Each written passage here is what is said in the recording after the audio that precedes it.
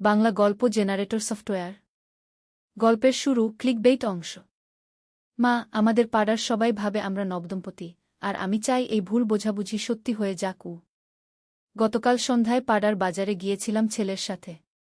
সবজিওয়ালা আমাদের দেখে মুচকি হেসে বলল, নতুন বউ এনেছেন দেখছি। ছেলে হাসল, কিছু বলল না। মুদির দোকানে গিয়েও দোকানদার একই কথা বলল।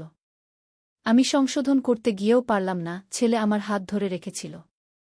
বাড়ি ফেরার পথে আমি জিজ্ঞেস করলাম, ওরা কেন এমন ভাবছে? সে বলল, মা, গত কয়েকদিন ধরে আমরা একসাথে বাজারে যাচ্ছি, একসাথে সন্ধ্যায় হাঁটছি। আমি তোমার হাত ধরি, তোমার যত্ন নিই। পাড়ার লোকেরা ভাবছে আমরা নবদম্পতি। আমি বললাম, এটা তো ভুল বোঝাবুঝি। সে আমার 2 হাত ধরে বলল, মা, আমি চাই এই ভুল বোঝাবুঝি সত্যি হোক। আমি তোমাকে ভালোবাসি, তোমাকে আমার স্ত্রী হিসেবে চাই। আমরা সত্যিই নবদম্পতি হই। বিয়ে করো আমাকে। পাড়ার লোকদের চোখে আমাদের কেমন দেখায় সেটা ভেবে আমার লজ্জা লাগল। কিন্তু ছেলের কথায় একটা অদ্ভুত আনন্দ অনুভব করলাম। ইউটিউব বিশেষ বার্তা। এই গল্পটি সম্পূর্ণ শুনলে আপনাদের পানি অটোমেটিক বের হয়ে যাবে, সো যত দ্রুত সম্ভব হাতের কাছে টিস্যু নিয়ে বসে পড়ো। বিছানার চাদর যেন নষ্ট না হয় সেটা সম্পূর্ণ খেয়াল রাখার অনুরোধ জানিয়ে গল্পটি এখন শুরু করব। তার আগে সর্বশেষ অনুরোধ, দয়া করে এমন পানি বের করার গল্প নিয়মিত শুনতে আমাদের চ্যানেলটি সকলেই সাবস্ক্রাইব করুন। ধন্যবাদ। চরিত্র পরিচয়। হ্যালো বন্ধুরা, আমার নাম রিনা খান। আমার বয়স 33 বছর। আমার স্বামীর নাম করিম খান, বয়স 36 বছর। আমাদের 2 সন্তান, রাহুল আর মিথিলা। রাহুল 18 বছর বয়সী, কলেজে পড়ে। মিথিলা 13 বছর বয়সী, স্কুলে যায়। মূল গল্প। আজ থেকে 6 মাস আগের কথা। আমার স্বামী করিম হঠাৎ করে খুবই অদ্ভুত আচরণ করতে শুরু করল। প্রতিদিন অফিস থেকে ফিরে এসে সোজা বাথরুমে গিয়ে দীর্ঘক্ষণ গোসল করত। তারপর রান্নাঘরে গিয়ে রান্না করত। এমনকি আমার প্রিয় খাবারগুলোও বানাত যেগুলো সে আগে কখনো বানাত না। প্রথমে আমি ভাবলাম হয়তো অফিসে কোনো প্রমোশন পেয়েছে বা কোনো ভালো খবর আছে। কিন্তু যখন জিজ্ঞেস করলাম তখন সে শুধু হেসে উড়িয়ে দিল। দিনের পর দিন একই রকম আচরণ। রাতে খাওয়ার পর সে আমার পা টিপে দিত, আমার চুল আঁচড়ে দিত। এমনকি আমার সাথে নিয়ে সিনেমা দেখতেও যেত। আমি প্রথমে খুশি হয়েছিলাম। ভাবলাম আমার স্বামী হয়তো আরও রোমান্টিক হয়ে গেছে। কিন্তু যতদিন যেতে লাগলো আমার মধ্যে একটা অন্য রকম সন্দেহ কাজ করতে শুরু করল। এত পরিবর্তন হঠাৎ করে কেন? কোনো গোপন কারণ আছে নাকি? একদিন আমি তার মোবাইল ফোনটা চেক করতে গেলাম। দেখলাম সে প্রতিদিন একটা নম্বরে ফোন করছে। নম্বরটা আমার অচেনা। আমি সেই নম্বরে ফোন করলাম। ওপাশ থেকে একটা মেয়ের গলা শুনতে পেলাম। মেয়েটি বলল, হ্যালো, কে বলছেন? আমি বললাম, আপনি কে? আপনার সাথে আমার স্বামীর কেমন সম্পর্ক? মেয়েটি একটু চুপ থেকে বলল, আপনি করিম ভাইয়ের স্ত্রী নাকি? আমি তাসনিম। আমি একটা কুকিং ক্লাসের ইনস্ট্রাক্টর। করিম ভাই আমার কাছে রান্না শিখছে। আমার মাথা ঘুরে গেল। আমার স্বামী গোপনে রান্না শিখছে? কেন? আমি তাসনিমকে জিজ্ঞেস করলাম, কেন রান্না শিখছে সে?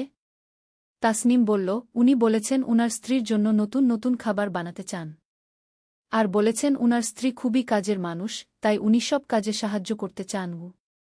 আমার চোখে পানি এসে গেল। আমি বুঝতে পারলাম আমার স্বামী আমার জন্যই এত কিছু করছে। সে চাইছে আমি যেন একটু আরাম পাই। তাসনিমের সাথে কথা শেষ করে আমি বাড়িতে বসে থাকলাম। সন্ধ্যায় করিম অফিস থেকে ফিরল। আজও তার হাতে বাজারের ব্যাগ। আজও সে সোজা বাথরুমে গেল। তারপর রান্নাঘরে। আমি রান্নাঘরে গিয়ে দেখলাম সে আমার পছন্দের চিকেন কারি বানাচ্ছে। আর সাথে পোলাও। আমি পেছন থেকে তার কোমর জড়িয়ে ধরলাম। সে চমকে উঠল। কি ব্যাপার রিনা? আমি বললাম, আমি তাসনিমের সাথে কথা বলেছি। তার হাত থেমে গেল। সে ধীরে ধীরে ঘুরে আমার দিকে তাকাল। তুমি জানো? আমি মাথা নেড়ে বললাম, হ্যাঁ, আমি সব জানি। তুমি আমার জন্য গোপনে রান্না শিখছ গো। তার মুখে একটা লাজুক হাসি ফুটে উঠল। আমি তোমাকে সারপ্রাইজ দিতে চেয়েছিলাম। তুমি সারাদিন এত কাজ করো। আমি চেয়েছিলাম তোমার একটু আরাম হোক। আমি তার গালে একটা চুমু দিলাম। তুমি জানো আমি এই 6 মাসে কতটা খুশি ছিলাম? তুমি আমার জন্য এত কিছু করছো দেখে। সে আমাকে জড়িয়ে ধরল। আমি আরও ভালো স্বামী হতে চাই রিনা। আমি চাই আমাদের সংসারটা আরও সুন্দর হোক। আমি তার চোখের দিকে তাকিয়ে বললাম, তুমি ইতিমধ্যেই পৃথিবীর সেরা স্বামী গু। সেদিন রাতে খাবার টেবিলে বসে আমরা সবাই একসাথে খেলাম। রাহুল আর মিথিলা তাদের বাবার রান্নার প্রশংসা করল। করিমের মুখে গর্বের হাসি। খাওয়া শেষে আমি করিমকে বললাম, তুমি আর গোপনে রান্না শিখতে যেও না। আমি তোমার সাথে যাব। আমরা একসাথে নতুন রেসিপি শিখব গু। তার চোখ জ্বলে উঠল। সত্যি? আমি মাথা নেড়ে বললাম, হ্যাঁ। আর শুধু রান্না কেন? আমরা একসাথে নাচ শিখতে পারি, একসাথে যোগ ব্যায়াম করতে পারি। আমাদের সময়টা আরও সুন্দর করে কাটাতে পারি গি। পরের দিন সকালে আমরা একসাথে তাসনিমের কুকিং ক্লাসে গেলাম। তাসনিম খুব সুন্দর একটা মেয়ে। তার বয়স প্রায় 25 বছর। সে আমাদের দেখে খুশি হল। আপনারা একসাথে এসেছেন? খুবই ভালো। দম্পতিরা একসাথে রান্না শিখলে তাদের বন্ধন আরও মজবুত হয় গ। সেদিন আমরা চাইনিজ খাবার বানানো শিখলাম। আমি আর করিম একসাথে সবজি কাটলাম, একসাথে রান্না করলাম। মাঝে মাঝে আমাদের হাসিঠাট্টা হল। এমনকি একবার করিমের গায়ে সস লেগে গেলে আমি তা মুছে দিলাম। তাসনিম আমাদের দিকে তাকিয়ে বলল, আপনাদের দেখে মনে হচ্ছে নতুন বিয়ে হয়েছে গি।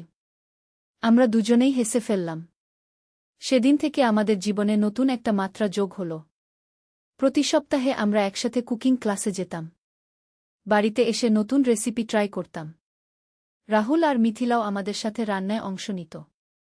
একদিন রাহুল বলল, মা, বাবা, তোমরা আগের চেয়ে অনেক বেশি খুশি থাকো এখন গু। মিথিলা বলল, হ্যাঁ, আমাদের বাড়িটা এখন আরও সুন্দর লাগে। তোমরা সব সময় হাসো উ। আমি করিমের দিকে তাকালাম। সে আমার হাত ধরে বলল, আমরা একসাথে যা কিছু করি সবটাই আরও সুন্দর লাগে উ। 3 মাস পর তাসনিম আমাদের একটা সার্টিফিকেট দিল। আমরা তার কুকিং কোর্স সফলভাবে সম্পন্ন করেছি। এখন আপনারা নিজেরাই অন্যদের রান্না শেখাতে পারবেন, সে বলল। আমি আর করিম একে অপরের দিকে তাকালাম। আমাদের মনে একই চিন্তা। বাড়িতে এসে আমরা রাহুল আর মিথিলার সাথে আলোচনা করলাম। আমরা ঠিক করলাম আমাদের বাড়িতেই একটা ছোট কুকিং ক্লাস চালু করব। আমাদের পাড়ার যারা রান্না শিখতে চায় তারা আসতে পারবে। আমাদের প্রথম ব্যাচে 5 জন এসেছিল। 3 জন গৃহিণী আর 2 জন ছাত্র। আমরা তাদের বেসিক রান্না শেখালাম। তারা খুব উৎসাহের সাথে শিখল। ধীরে ধীরে আমাদের কুকিং ক্লাসের খ্যাতি ছড়িয়ে গেল। আরও মানুষ আসতে শুরু করল। আমি আর করিম একসাথে ক্লাস নিতাম। আমাদের সহযোগিতার ব্যাপারটা সবার খুব ভালো লাগত। একদিন আমাদের কাছে একজন নববিবাহিত দম্পতি এসেছিল। তারা একসাথে রান শিখতে চেয়েছিল। আপনাদের দেখে আমাদের খুব ভালো লাগে, মেয়েটি বলল। আপনারা কত সুন্দরভাবে একসাথে কাজ করেন গু। ছেলেটি বলল, আমরাও আপনাদের মতো হতে চাই। একসাথে সবকিছু করতে চাই উ। আমি তাদের বললাম, বিয়ের পর সবকিছুই নতুন লাগে। কিন্তু আসল ব্যাপার হলো একে অপরকে বোঝা আর সাহায্য করা ই। করিম বলল, আমি আর রিনা 15 বছর একসাথে আছি। কিন্তু এই কুকিং ক্লাস শুরু করার পর আমাদের মধ্যে নতুন একটা বোঝাপড়া তৈরি হয়েছে গি। সেদিন ক্লাসের পর সেই দম্পতি আমাদের অনেক ধন্যবাদ দিয়ে গেল। তারা বলেছিল আমাদের দেখে তাদের মনে একটা নতুন আশা জেগেছে।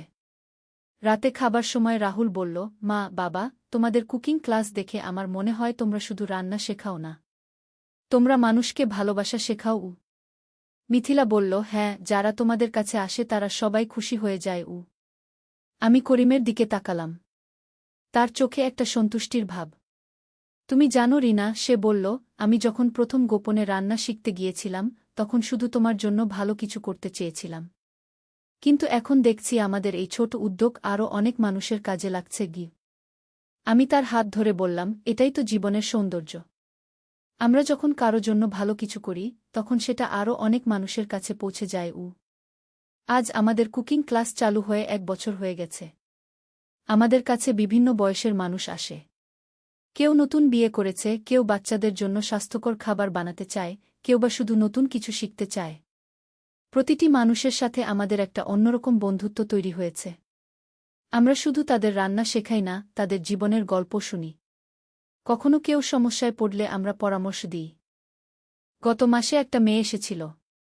তার বিয়ে হয়ে 6 মাস। শাশুড়ি তার রান্না পছন্দ করেন না বলে সে খুব দুঃখিত ছিল। আমি তাকে বলেছিলাম, প্রতিটা বাড়ির রান্নার স্বাদ আলাদা। তুমি ধৈর্য ধরো। আমরা তোমাকে এমন কিছু রেসিপি শেখাবো যা সবার পছন্দ হবে। করিম তাকে বলেছিল, আমি যখন প্রথম রান্না শিখি তখন আমারও অনেক ভুল হতো। কিন্তু ধীরে ধীরে আমি ভালো হয়েছি। তুমিও পারবে। 2 মাস পর সেই মেয়ে আমাদের কাছে এসে বলেছিল তার শাশুড়ি এখন তার রান্নার খুব প্রশংসা করেন। এরকম অনেক ঘটনা আছে যা আমাদের মনে খুব আনন্দ দেয়। আজ সকালে আমি আর করিম আমাদের কুকিং ক্লাসের জন্য নতুন রেসিপি নিয়ে আলোচনা করছিলাম। আজ আমরা কি শেখাবো? আমি জিজ্ঞেস করলাম। চলো আজ তাদের হালকা ফিউশন খাবার শেখাই, করিম বলল। বাংলা আর চাইনিজের মিক্স কিছু। আমি মাথা নেড়ে সায় দিলাম। চমৎকার আইডিয়া। ক্লাসের সময় হলে আমাদের নিয়মিত স্টুডেন্টরা এসে গেল। আজ একটা নতুন মুখও দেখলাম। আমি সানজিদা, নতুন মেয়েটি পরিচয় দিল। আমি শুনেছি আপনাদের এখানে খুব ভালো রান্না শেখানো হয়। আমি তাকে স্বাগত জানালাম।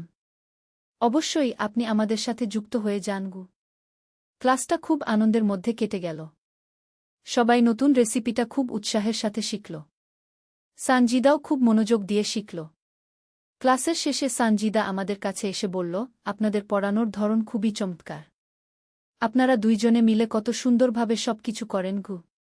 করিম হেসে বলল, আমরা একসাথে কাজ করতে ভালোবাসি। আপনাদের দেখে মনে হয় আপনারা সত্যিকারের সোলমেট, সানজিদা বলল। আমি আর করিম একে অপরের দিকে তাকালাম। সানজিদার কথাটা আমাদের কাছে খুব সুন্দর লেগেছে। সন্ধ্যায় সবাই চলে যাওয়ার পর আমি আর করিম রান্নাঘর পরিষ্কার করছিলাম। তুমি জানো, আমি বললাম, আজ সানজিদা যা বলেছে সেটা আমার কাছে খুব সত্য মনে হয়েছে। কি বলেছিল? করিম জিজ্ঞেস করল। সোলমেট। আমি মনে করি আমরা সত্যিই একে অপরের জন্য তৈরি। করিম আমার কাছে এসে দাঁড়াল। তুমি ঠিকই বলেছ। আমি যখন তোমার জন্য গোপনে রান্না শিখতে গিয়েছিলাম তখন বুঝতে পারিনি যে এটা আমাদের জীবনে এত বড় পরিবর্তন আনবে। আমি তার গালে হাত রাখলাম। আমাদের ভালোবাসা শুধু আমাদের মধ্যেই সীমাবদ্ধ নেই। এটা আরও অনেক মানুষের জীবনে আনন্দ নিয়ে এসেছে। রাতে খাবারের টেবিলে আমরা 4 জন বসে আছি। আজ মিথিলা একটা মজার কথা বলল। মা, বাবা, আমি আমার বন্ধুদের কাছে তোমাদের নিয়ে গর্ব করি। তোমরা এত ভালো কাজ করো। রাহুল বলল, হ্যাঁ, আমার কলেজের অনেক বন্ধু তোমাদের কুকিং ক্লাসে আসতে চায়। আমি খুশি হয়ে বললাম, তারা চাইলে আসতে পারে। করিম বলল, আমাদের এই ছোট কুকিং ক্লাস এখন আমাদের পরিবারের একটা গুরুত্বপূর্ণ অংশ হয়ে গেছে। সত্যিই তাই। আমাদের জীবনটা এখন আরও পরিপূর্ণ লাগে। আমরা শুধু নিজেদের নিয়েই ব্যস্ত নেই, আমরা অন্যদের জীবনেও আনন্দ নিয়ে আসতে পারছি। আজ রাতে বিছানায় শুয়ে আমি আর করিম আমাদের ভবিষ্যৎ পরিকল্পনা নিয়ে কথা বলছিলাম। তুমি কি ভাবো? আমি বললাম, আমরা কি আমাদের কুকিং ক্লাসটা আরও বড় করতে পারি? করিম একটু ভেবে বলল, হ্যাঁ, পারি। কিন্তু তার আগে আমাদের নিজেদের আরও দক্ষ করতে হবে। হয়তো আমরা কোনো প্রফেশনাল কোর্স করতে পারি। আমার মনে একটা নতুন আইডিয়া এলো। শোনো, আমি একটা কথা ভাবছি। আমরা যদি অনলাইনেও ক্লাস নেওয়া শুরু করি তাহলে কেমন হয়? তার চোখ জ্বলে উঠল। দারুণ আইডিয়া। তাহলে ঘরে বসে অনেক মানুষ আমাদের কাছ থেকে রান্না শিখতে পারবে। আমরা রাত 2টো পর্যন্ত এই নিয়ে কথা বললাম। আমাদের স্বপ্নের কথা, আমাদের পরিকল্পনার কথা। পরের দিন সকালে ঘুম থেকে উঠে দেখি করিম ইতিমধ্যে উঠে গেছে। রান্নাঘর থেকে চায়ের গন্ধ আসছে। আমি নিচে গিয়ে দেখি সে আমার জন্য চা বানিয়ে রেখেছে। এমনকি আমার পছন্দের বিস্কুটও প্লেটে সাজিয়ে রেখেছে। গুড মর্নিং, সে হাসতে হাসতে বলল। Good morning. তুমি আজ খুব তাড়াতাড়ি উঠেছ দেখছি। হ্যাঁ, আমি গতকাল রাতে আমাদের অনলাইন ক্লাসের ব্যাপারে ভেবেছি। আমার মনে হচ্ছে আমাদের একটা ইউটিউব চ্যানেল খোলা উচিত। আমি উৎসাহিত হয়ে বললাম, সত্যি? সেটা খুবই ভালো আইডিয়া। আমি ইতিমধ্যে কিছু রিসার্চও করে ফেলেছি। দেখেছি কুকিং চ্যানেলগুলো বেশ জনপ্রিয়। সেদিন সকালে রাহুল আর মিথিলা স্কুল কলেজে চলে যাওয়ার পর আমরা দুজনে বসে বিস্তারিত পরিকল্পনা করলাম। করিম বলল, আমাদের চ্যানেলের নাম কি দেব? আমি একটু ভেবে বললাম, রিনা করিমের রান্নাঘর কেমন? চমৎকার। আর আমাদের ট্যাগলাইন হবে, ভালোবাসার সাথে রান্না। আমাদের দুজনের মুখেই হাসি। আমরা যেন নতুন একটা যাত্রা শুরু করতে যাচ্ছি। দুপুরে আমাদের নিয়মিত কুকিং ক্লাস ছিল। আমরা আমাদের স্টুডেন্টদের আমাদের নতুন পরিকল্পনার কথা জানালাম। সানজিদা খুশি হয়ে বলল, ওয়াও! তাহলে আমরা বাড়িতে বসেও আপনাদের ক্লাস করতে পারব গো। আরেকজন স্টুডেন্ট রহিমা আন্টি বললেন, এটা খুবই ভালো। আমার মেয়ে আমেরিকায় থাকে। সেও আপনাদের ক্লাস করতে পারবে গো। আমি বললাম, আমরা চেষ্টা করব যত ভালো করে পারি আপনাদের সেবা দিতে গু। ক্লাসের পর আমরা ভিডিও করার জন্য প্রয়োজনীয় জিনিসপত্রের একটা তালিকা তৈরি করলাম। ক্যামেরা, ট্রাইপড, ভালো লাইট, এসব কিনতে হবে। সন্ধ্যায় রাহুল আর মিথিলা বাড়ি ফেরার পর আমরা তাদের আমাদের পরিকল্পনার কথা জানালাম। রাহুল উৎসাহিত হয়ে বলল, আমি আপনাদের সাহায্য করতে পারি। ভিডিও এডিটিং আমি জানি গু। মিথিলা বলল, আমি থাম্বনেইল ডিজাইন করতে পারি।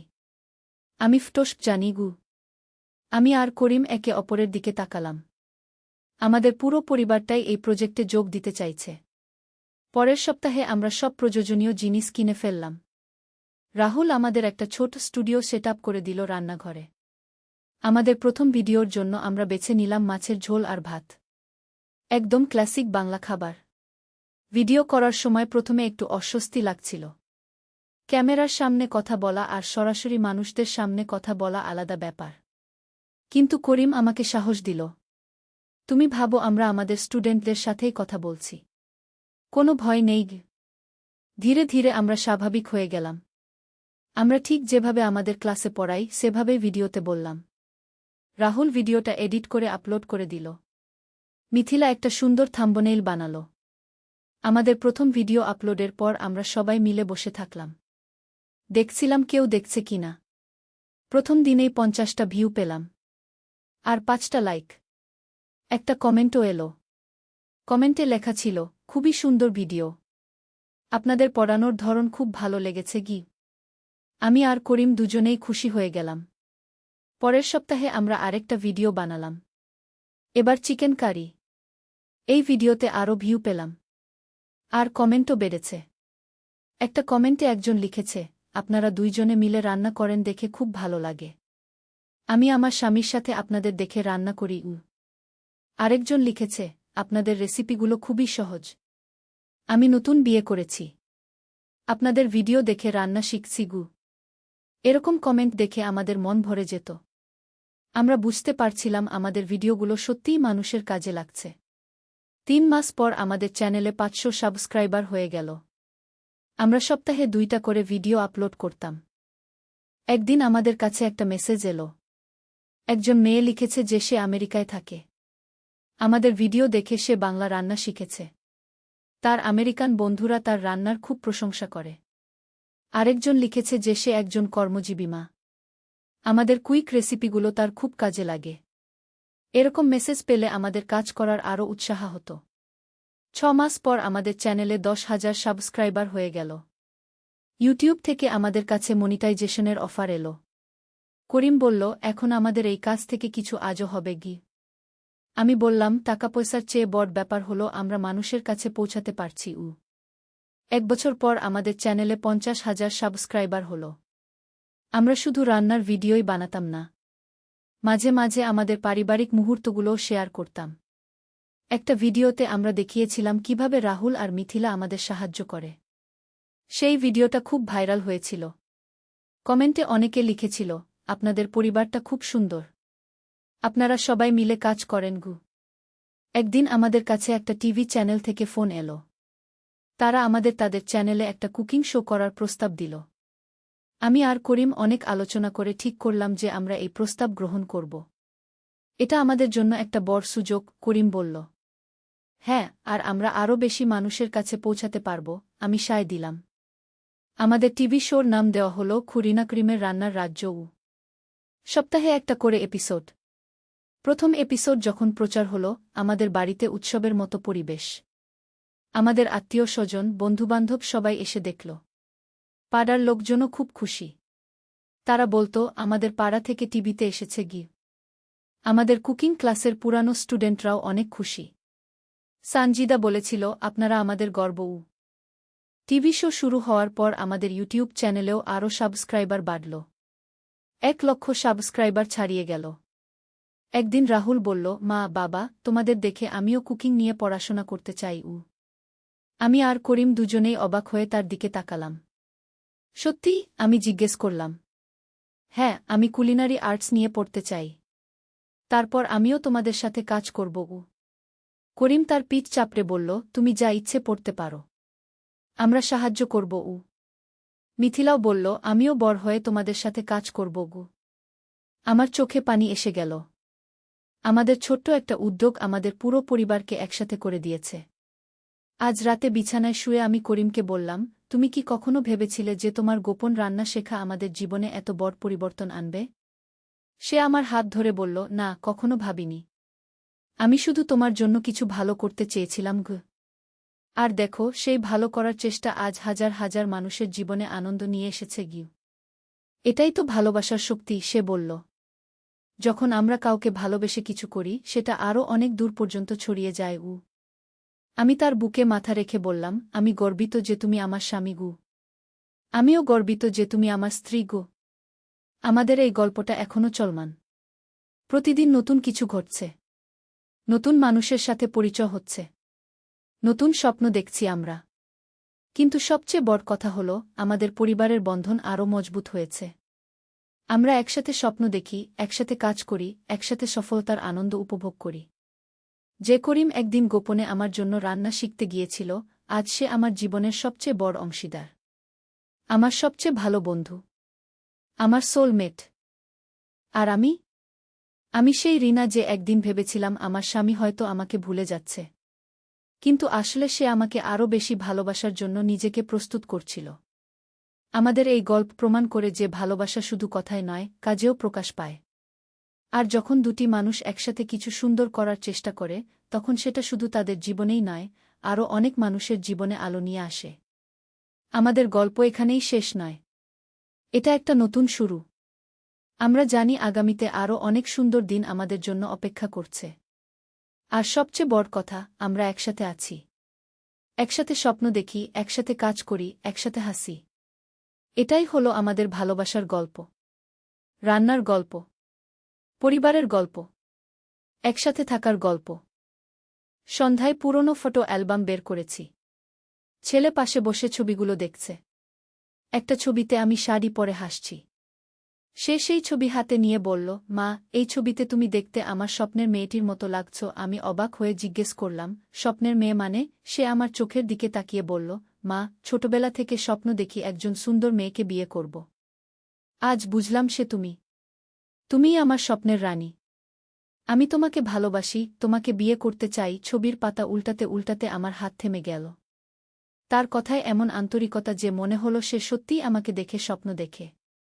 পুরনো ছবিগুলোতে আমার তরুণ বয়সের হাসি, কিন্তু আজ সেই হাসি যেন নতুন অর্থ পেয়ে গেল। টেবিল ল্যাম্পের আলো আমাদের দুজনের ছায়া দেয়ালে পড়েছিল। সে আমার হাত ধরে ছবির উপর রাখল। তার স্পর্শে আমার শরীর শিহরিত হল। এতদিন পর মনে হলো আমি একজন নারী, শুধু মা নই। এই গল্পটি সম্পূর্ণ শুনলে আপনাদের পানি অটোমেটিক বের হয়ে যাবে, সো যত দ্রুত সম্ভব হাতের কাছে টিস্যু নিয়ে বসে পড়ুন। বিছানার চাদর যেন নষ্ট না হয় সেটা সম্পূর্ণ খেয়াল রাখার অনুরোধ জানিয়ে গল্পটি এখন শুরু করব। তার আগের সর্বশেষ অনুরোধ, দয়া করে এমন পানি বের করার গল্প নিয়মিত শুনতে আমাদের চ্যানেলটি সকলেই সাবস্ক্রাইব করুন। ধন্যবাদ। হ্যালো বন্ধুরা, আমার নাম প্রিয়াঙ্কা ভট্টাচার্য। আমার বয়স ৪৪ বছর। আমার স্বামীর নাম রাজেশ ভট্টাচার্য, বয়স ৪৭ বছর। আমাদের ২ সন্তান, রোহিত আর কৃষ্ণা। রোহিত ২১ বছর বয়সী, বিশ্ববিদ্যালয়ে পড়ে। কৃষ্ণা ১৪ বছর বয়সী, উচ্চ বিদ্যালয়ে যায়। আজ যে ঘটনাটি আপনাদের বলবো সেটা আমার জীবনের সবচেয়ে রহস্যময় আর রোমাঞ্চকর অভিজ্ঞতা। এমন কিছু যা আগে কখনো কারো সাথে ঘটেনি বলেই আমার জানা আছে। সেদিন বৃষ্টির সন্ধ্যায় আমি আর রোহিত বসে পুরনো ছবি দেখছিলাম। হঠাৎ রোহিত একটা ছবির দিকে তাকিয়ে থেমে গেল। সেটা ছিল আমার ২৫ বছর বয়সের একটা ছবি। সুন্দর লাল শাড়ি পরে, মুখে মিষ্টি হাসি। রোহিত বলল, মা, এই ছবিতে তুমি দেখতে ঠিক তেমনই লাগছ যেমন আমি ছোটবেলা থেকে স্বপ্ন দেখি। আমি অবাক হয়ে জিজ্ঞেস করলাম, কেমন স্বপ্ন? রোহিত আমার দিকে এমনভাবে তাকিয়ে রইল যেন সে আমাকে এই প্রথম দেখছে। তার চোখে এমন এক ধরনের মুগ্ধতা যেটা দেখে আমার গা শিউরে উঠল। মা, ছোটবেলা থেকেই আমি একটা অদ্ভুত স্বপ্ন দেখি। প্রায় প্রতি রাতেই একজন সুন্দরী মেয়ে আমাকে ডাকে। তার মুখ পরিষ্কার দেখতে পাই না, কিন্তু তার হাসি, তার চুল, তার পোশাক সব আমার মনে গেঁথে আছে। আজ এই ছবি দেখে মনে হচ্ছে সেই মেয়েটি তুমিই। আমার হার্টবিট বেড়ে গেল। এ কি বলছে রোহিত? আমি তার মা। কিন্তু তার কথার মধ্যে এমন কিছু ছিল যেটা আমাকে ভাবিয়ে তুলল। রোহিত, এসব কি বলছিস তুই? আমি কাপা গলায় বললাম। রোহিত আরও কাছে এসে বসল। তার হাত আমার হাতের উপর রাখল। আমি চমকে উঠলাম। মা, আমি জানি এটা খুবই অদ্ভুত শোনাচ্ছে। কিন্তু সেই স্বপ্নে আমি দেখি যে সেই মেয়েটি আমার স্ত্রী। আমরা একসাথে থাকি, একসাথে ঘুরি, একসাথে হাসি। এমন সুখী জীবন যেটা আমি কখনো কল্পনাও করতে পারিনি। আর আজ বুঝলাম সেই মেয়েটি তুমি, মা। আমার গলা শুকিয়ে গেল। এ কি হচ্ছে? আমার নিজের ছেলে আমাকে নিয়ে এমন কথা বলছে। কিন্তু আশ্চর্যের ব্যাপার হল, আমার মনে হচ্ছিল এই কথাগুলো যেন আমি আগেও শুনেছি। রোহিত, তুই কি বলছিস সেটা কি বুঝতে পারছিস? আমি তাকে বোঝানোর চেষ্টা করলাম। কিন্তু রোহিত হেসে ফেল। তার হাসিটা খুবই নির্দোষ ছিল। মা, আমি জানি এটা পাগলামি শোনাচ্ছে। কিন্তু আমি তোমাকে ভালোবাসি। শুধু মা হিসেবে নয়, একজন নারী হিসেবেও। আমার মনে হচ্ছিল আমি স্বপ্ন দেখছি। এ কি সম্ভব?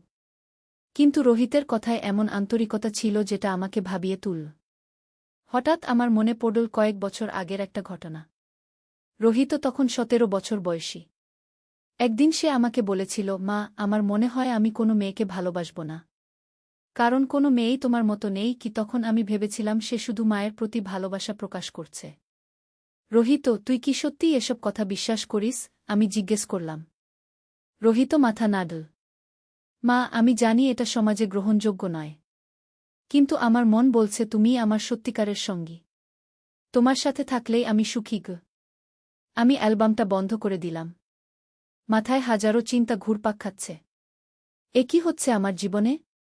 রোহিত উঠে দাঁড়িয়ে আমার কপালে একটা চুমু দিল। মা, আমি জানি তুমি এসব কথা হজম করতে পারছ না। কিন্তু আমি তোমাকে সময় দেব। যখন তুমি প্রস্তুত হবে তখন আমরা এই বিষয়ে আবার কথা বলব। সে চলে যাওয়ার পর আমি একা বসে রইলাম। মনের মধ্যে এক অদ্ভুত অনুভূতি। রোহিতের কথাগুলো আমার মনে ঘুরপাক খাচ্ছে। পরের দিন সকালে যখন আমি ঘুম থেকে উঠলাম, দেখলাম রোহিত রান্নাঘরে চা বানাচ্ছে। আমাকে দেখে মিষ্টি হেসে বলল, মা, তোমার জন্য চা বানিয়েছি। আমি তার দিকে তাকিয়ে রইলাম। আজ যেন সে আলাদা লাগছে। বেশি পুরুষালী, বেশি আকর্ষণীয়।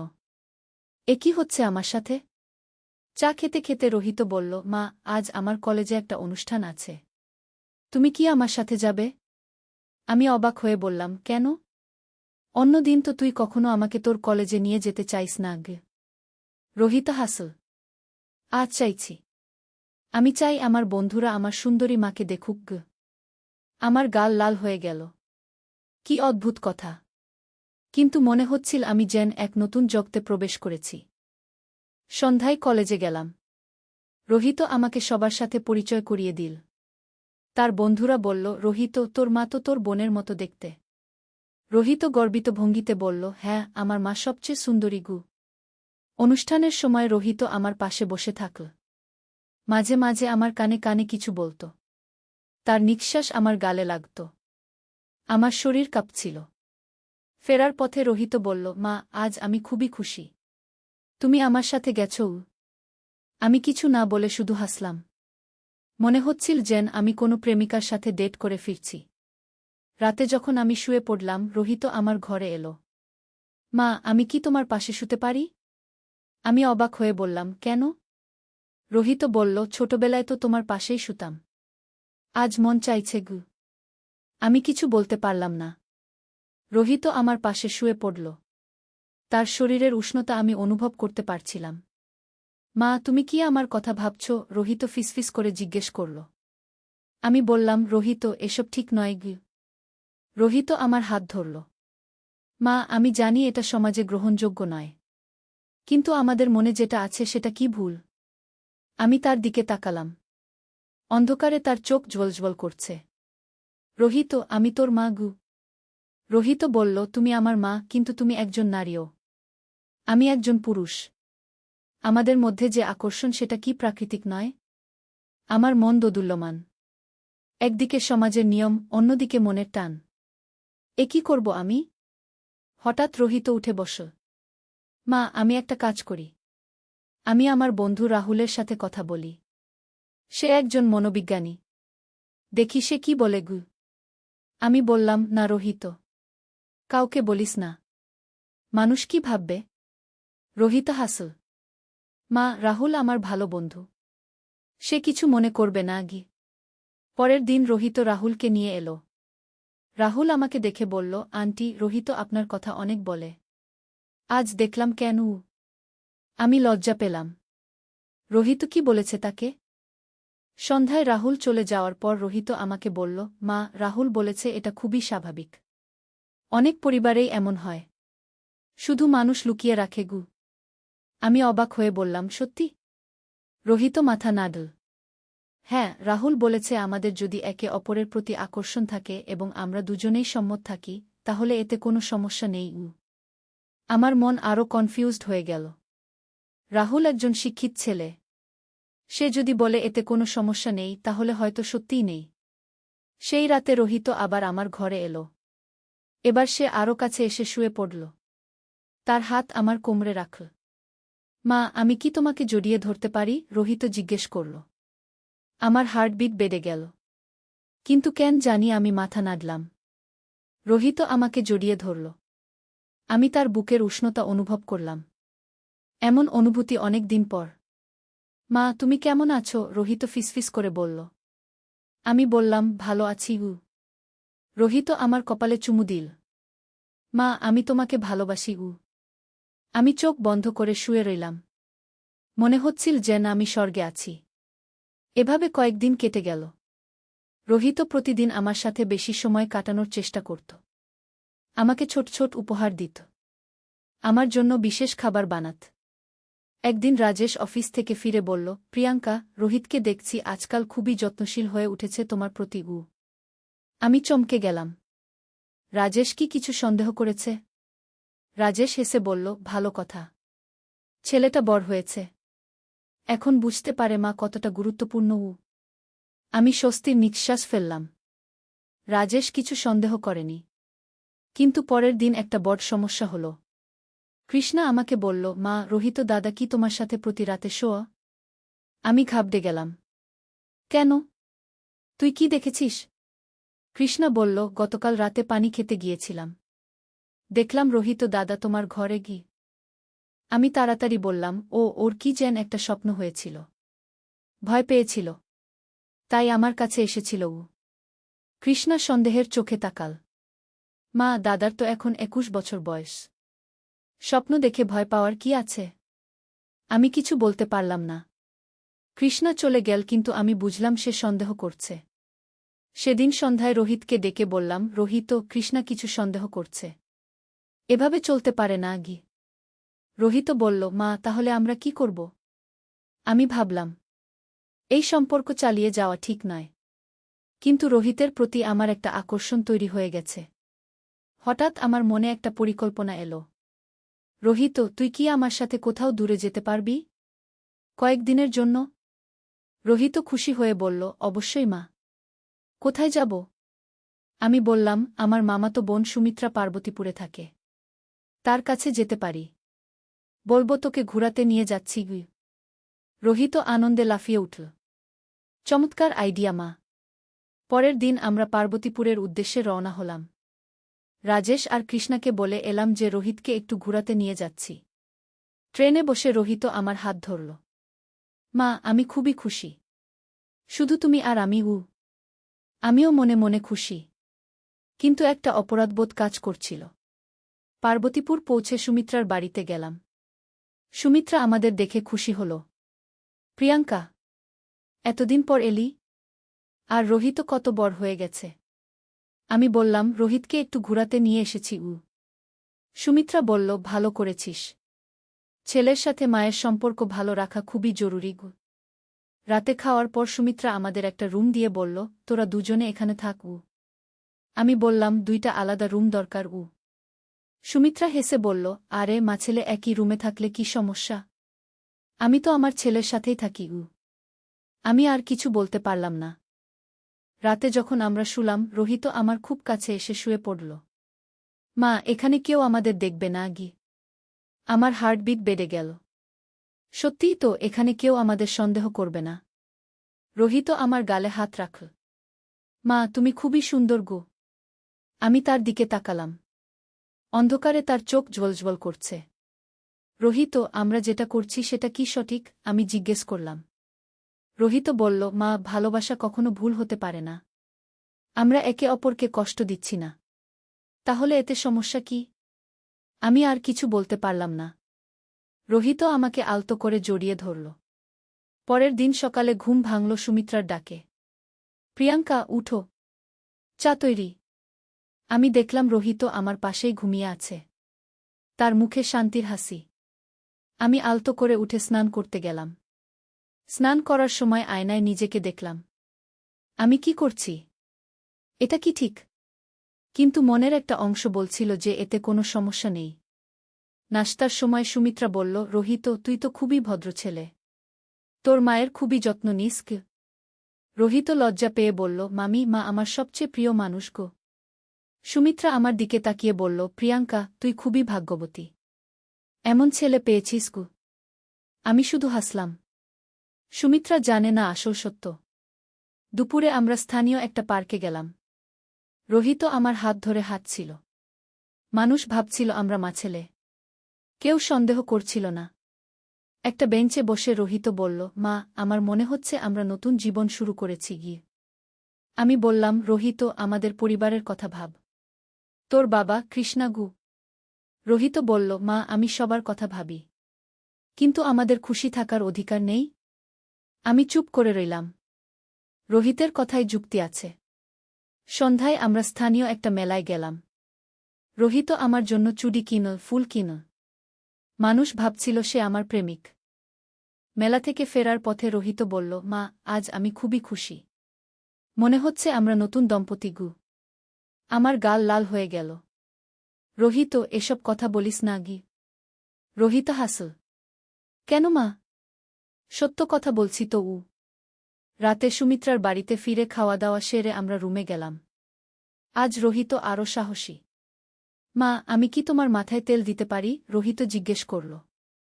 আমি রাজি হয়ে গেলাম। রোহিত আমার মাথায় তেল দিতে শুরু করল। তার স্পর্শে আমার শরীর কাঁপছিল। মা, তোমার চুল খুবই সুন্দর কি? রোহিত বলল। আমি চোখ বন্ধ করে উপভোগ করলাম। এত ভালোবাসার স্পর্শ অনেকদিন পর পাচ্ছি। রোহিত, তুই আমাকে এতটা ভালোবাসিস কেন? আমি জিজ্ঞেস করলাম।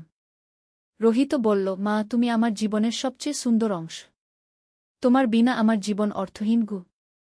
আমি চোখ খুলে তার দিকে তাকালাম। তার চোখে এমন ভালোবাসা যেটা দেখে আমার মন গলে গেল। রোহিত, আমিও তোকে ভালোবাসি। আমি অবশেষে স্বীকার করলাম। রোহিত আনন্দে আমাকে জড়িয়ে ধরল। মা, তুমি আমার জীবনের সবচেয়ে বড় উপহার।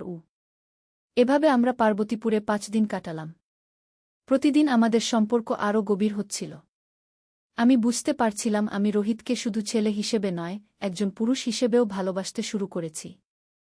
ফেরার দিন সুমিত্রা বলল, প্রিয়াঙ্কা, দেখছি তুই আর রোহিত খুবই খুশি। এই ভ্রমণ তোদের দুজনের জন্যই ভালো হয়েছে গি। আমি হাসলাম। সুমিত্রা জানে না এই ভ্রমণ আমাদের জীবন কতটা বদলে দিয়েছে। ট্রেনে ফেরার সময় রোহিত আমার কানে কানে বলল, মা, আমাদের এই সুন্দর সময়ের কথা আমি কখনো ভুলব না গু। আমিও মনে মনে একমত। এই 5 দিন আমার জীবনের সবচেয়ে সুখের দিন। ঢাকায় ফিরে এসে দেখি রাজেশ আর কৃষ্ণা আমাদের জন্য অপেক্ষা করছে। কৃষ্ণা দৌড়ে এসে আমাকে জড়িয়ে ধরল। মা, তোমার খুব মিস করেছি গু। রাজেশ বলল, কেমন ছিল ভ্রমণ? আমি বললাম, খুবই ভালো। রোহিত খুব খুশি গু। রাজেশ রোহিতের দিকে তাকিয়ে বলল, তুই মনে হয় অনেক এনজয় করেছিস গু। রোহিত লজ্জা পেয়ে বলল, হ্যাঁ বাবা, মায়ের সাথে ঘুরতে খুবই ভালো লেগেছে ইউ। রাতে রোহিত আমার ঘরে এসে বলল, মা, এখন কি করব? বাড়িতে তো আর আগের মতো থাকতে পারব না গি। আমি বললাম, রোহিত, আমাদের সাবধান থাকতে হবে। কেউ যেন সন্দেহ করতে না পারে গুই। রোহিত মাথা নাড়ল। ঠিক বলেছ মা। কিন্তু আমি তোমাকে ছাড়া থাকতে পারব না গি। আমি তার গাল ছুঁয়ে বললাম, আমিও তোকে ছাড়া থাকতে পারব না। কিন্তু আমাদের ধৈর্য রাখতে হবে গে। পরের কয়েকদিন আমরা খুবই সাবধানে চলাফেরা করলাম। দিনের বেলা স্বাভাবিক মাছেলের মতো আচরণ, রাতে চুপি চুপি একসাথে সময় কাটানো। কিন্তু একদিন বিপদ হল। রাজেশ অফিস থেকে তাড়াতাড়ি ফিরে এসে দেখল রোহিত আমার কোলে মাথা রেখে শুয়ে আছে আর আমি তার মাথায় হাত বুলাচ্ছি। রাজেশ অবাক হয়ে বলল, এ কি হচ্ছে? আমি তাড়াতাড়ি বললাম, রোহিতের মাথা ব্যথা, তাই আমি মাথায় হাত বুলিয়ে দিচ্ছি গু। রাজেশ সন্দেহের চোখে তাকাল। রোহিত, তোর মাথা ব্যথা? রোহিত উঠে বসে বলল, হ্যাঁ বাবা, খুব ব্যথা করছিল উ। রাজেশ আর কিছু বলল না, কিন্তু আমি বুঝলাম সে সন্দেহ করছে। সেদিন রাতে রাজেশ আমাকে জিজ্ঞেস করল, প্রিয়াঙ্কা, রোহিতের সাথে তোর আচরণ আজকাল একটু অদ্ভুত লাগছে গু। আমি ঘাবড়ে গেলাম। কি রকম অদ্ভুত? রাজেশ বলল, মনে হচ্ছে তোরা দুজনে খুবই কাছাকাছি হয়ে গেছ। এটা কি স্বাভাবিক? আমি বুকে সাহস করে বললাম, রাজেশ, রোহিত আমার ছেলে, তার যত্ন নেওয়া আমার দায়িত্ব। এতে অস্বাভাবিক কি? রাজেশ একটু ভাবল, তারপর বলল, হ্যাঁ, তুই ঠিকই বলেছিস। আমি হয়তো অকারণে সন্দেহ করছি গু। আমি স্বস্তির নিঃশ্বাস ফেললাম। কিন্তু পরের দিন আরও বড় বিপদ। কৃষ্ণা আমাকে বলল, মা, রোহিত দাদা কি তোমাকে ভালোবাসে? আমি চমকে গেলাম। মানে? কৃষ্ণা বলল, আমি দেখছি দাদা তোমাকে যেভাবে দেখে সেটা একটু আলাদা, যেন সে তোমাকে একজন মেয়ে হিসেবে দেখে গিয়ে। আমি তাড়াতাড়ি বললাম, কৃষ্ণা, এসব কি বলছিস? রোহিত আমার ছেলে গিয়ে। কৃষ্ণা বলল, মা, আমি ছোট কিন্তু বুঝি। দাদার চোখে তোমার জন্য যে আকর্ষণ সেটা মায়ের প্রতি ছেলের আকর্ষণ নয় গিয়ে। আমার হাত পা কাঁপতে শুরু করল। কৃষ্ণা এত কিছু বুঝে ফেলেছে? কৃষ্ণা, তুই এসব ভুল ভাবছিস। এমন কথা আর বলিস না গিয়ে, আমি কঠোর স্বরে বললাম। কৃষ্ণা চুপ করে গেল, কিন্তু আমি বুঝলাম সে সন্দেহ করছে। সেদিন সন্ধ্যায় রোহিতকে ডেকে এই কথা বললাম। রোহিত চিন্তিত হয়ে বলল, মা, তাহলে কি করব? আমি বললাম, রোহিত, আমাদের হয়তো কিছুদিন দূরত্ব বজায় রাখতে হবে উ। রোহিত দুঃখিত মুখে বলল, কিন্তু মা, আমি তোমাকে ছাড়া থাকতে পারব না গি। আমি তার হাত ধরে বললাম, আমিও পারব না। কিন্তু আমাদের সবার ভালোর জন্য এটা দরকার উ। পরের কয়েকদিন আমরা দূরত্ব বজায় রাখলাম। রোহিত বেশিরভাগ সময় তার বন্ধুদের সাথে কাটাত। আমি ঘরের কাজে ব্যস্ত থাকতাম। কিন্তু একদিন রাতে রোহিত আমার ঘরে এলো। তার চোখে পানি। মা, আমি আর পারছি না। তোমার থেকে দূরে থাকা আমার জন্য অসহ্য উ। আমিও কাঁদতে শুরু করলাম। রোহিত, আমিও পারছি না। কিন্তু আমরা কি করব? রোহিত আমাকে জড়িয়ে ধরল। মা, আমার একটা পরিকল্পনা আছে গি। আমি জিজ্ঞেস করলাম, কি পরিকল্পনা? রোহিত বলল, আমি আমার বন্ধু রাহুলের সাথে কথা বলেছি। সে বলেছে তার এক মামার কাছে পাহাড়পুরে একটা ছোট বাড়ি আছে। আমরা সেখানে গিয়ে থাকতে পারি ই। আমি অবাক হয়ে বললাম, কিন্তু আমাদের পরিবার? রোহিত বলল, মা, আমরা বলবো আমি চাকরি খুঁজতে পাহাড়পুর যাচ্ছি আর তুমি আমার সাথে যাচ্ছ যত্ন নিতে গু। আমি ভাবলাম, এই পরিকল্পনা হয়তো কাজ করতে পারে।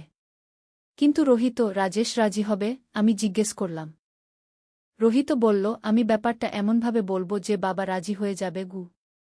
পরের দিন রোহিত রাজেশকে বলল, বাবা, আমি পাহাড়পুরে একটা চাকরির সুযোগ পেয়েছি। কয়েক মাসের জন্য যেতে হবে গু। রাজেশ খুশি হয়ে বলল, চমৎকার। চাকরিটা কি ধরনের? রোহিত বলল, একটা কোম্পানির মার্কেটিং বিভাগে। রাহুলের মামা সেখানে আছেন। তিনি বলেছেন গু। রাজেশ বলল, ভালো কথা। কবে যাবি? রোহিত বলল, পরের সপ্তাহে। কিন্তু আমার একটা সমস্যা আছে গি। রাজেশ জিজ্ঞেস করল, কি সমস্যা? রোহিত বলল, আমি একা থাকতে পারব না। মায়ের খুব দরকার। তিনি কি আমার সাথে যেতে পারেন? রাজেশ ভাবল। তারপর বলল, হ্যাঁ, যেতে পারে। প্রিয়াঙ্কারও একটু চেঞ্জ দরকার গু। আমি অভিনয় করে বললাম, কিন্তু রাজেশ, তোমাদের কি হবে? রাজেশ বলল, আমরা ঠিক থাকব। তুই রোহিতের সাথে যা। ছেলেটার চাকরির শুরুতে মায়ের সাহায্য দরকার উ। আমি খুশিতে মন ভরে গেল, কিন্তু মুখে দুশ্চিন্তার ভান করলাম। এভাবে আমাদের পরিকল্পনা সফল হল। পরের সপ্তাহে আমরা পাহাড়পুরের উদ্দেশ্যে রওনা হলাম। পাহাড়পুর পৌঁছে দেখি সত্যিই একটা সুন্দর জায়গা। রাহুলের মামা আমাদের স্বাগত জানালেন। ছোট একটা বাড়ি, কিন্তু খুবই আরামদায়ক। তোমরা এখানে স্বাধীনভাবে থাকতে পারবে কি, মামা বললেন। রোহিত আমার দিকে তাকিয়ে মুচকি হাসল। আমিও বুঝলাম এখানে আমাদের কেউ বিরক্ত করবে না।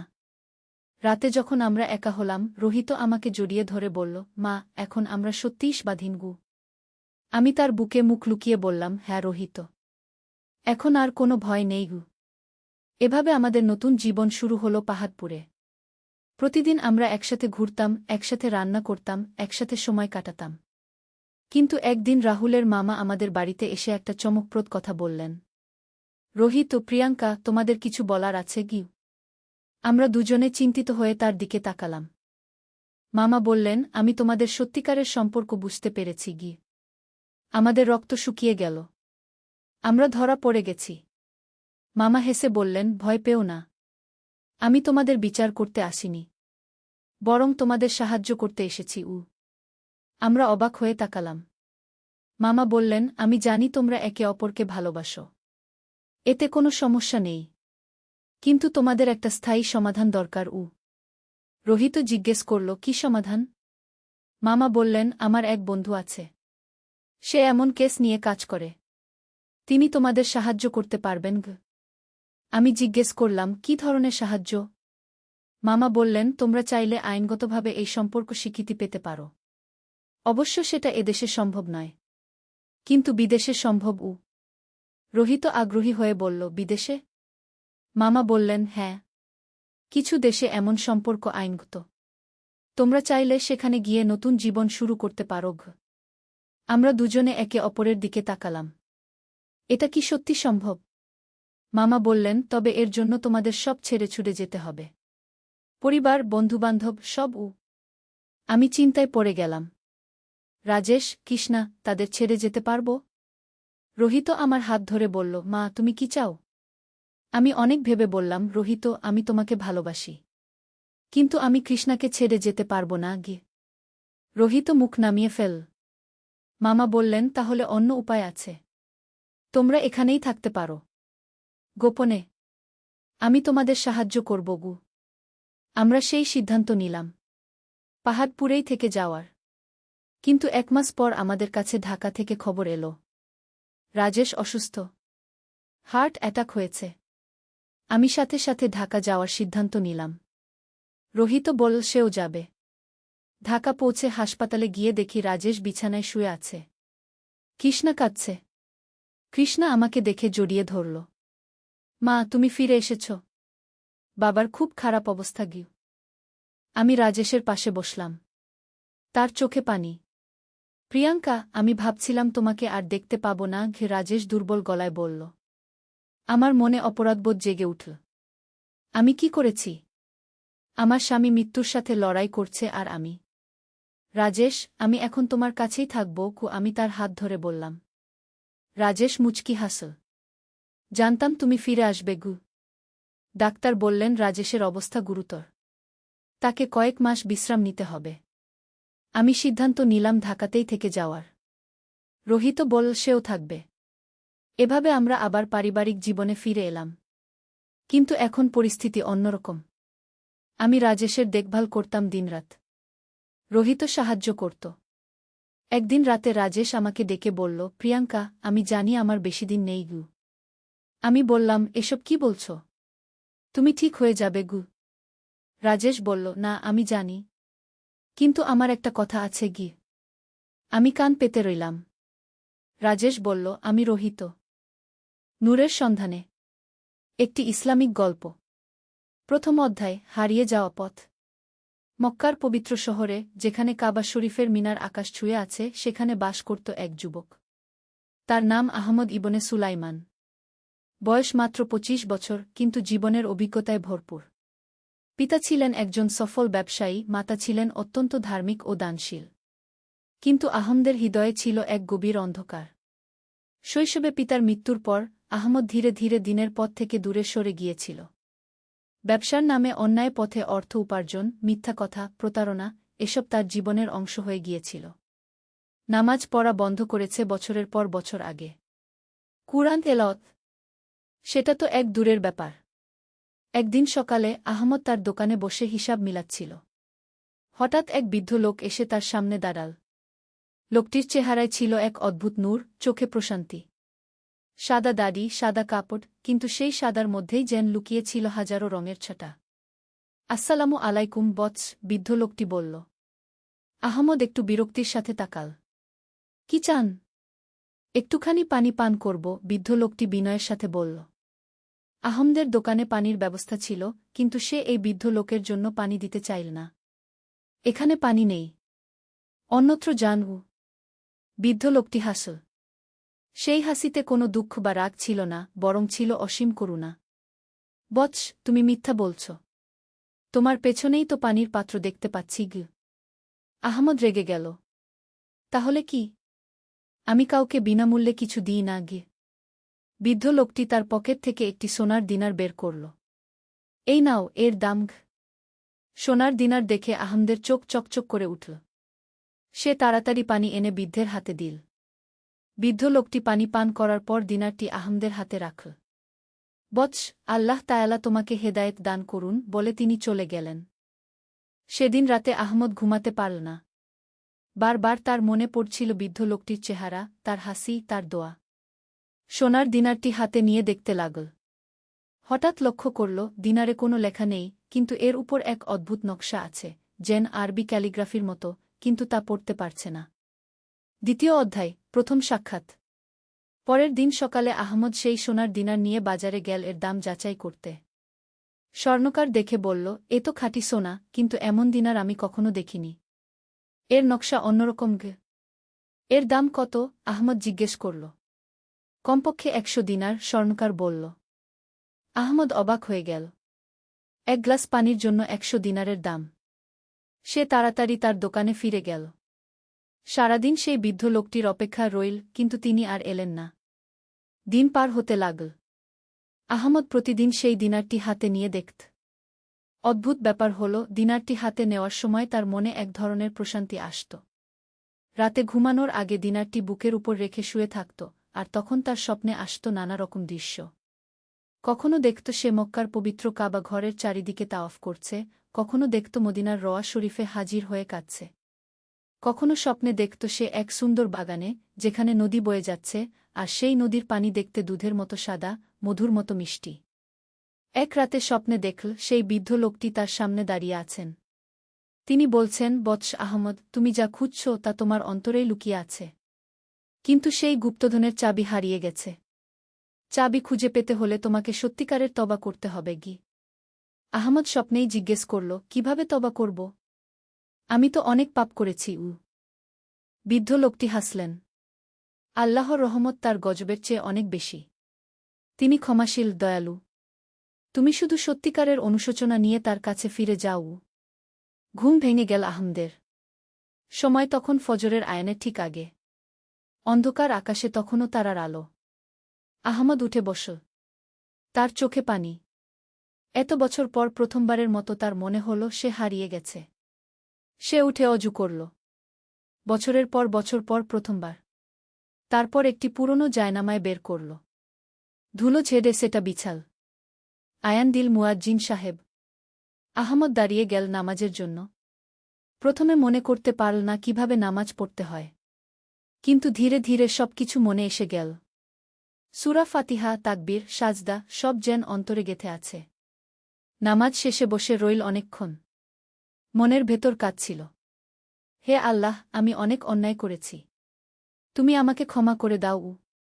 তৃতীয় অধ্যায়, তওবার পথ। সেদিন থেকে আহমদের জীবনে পরিবর্তন আসতে শুরু করল। সে নিয়মিত 5 ওয়াক্ত নামাজ পড়তে লাগল। ব্যবসায়িক কাজকর্মে সততা আনার চেষ্টা করতে লাগল।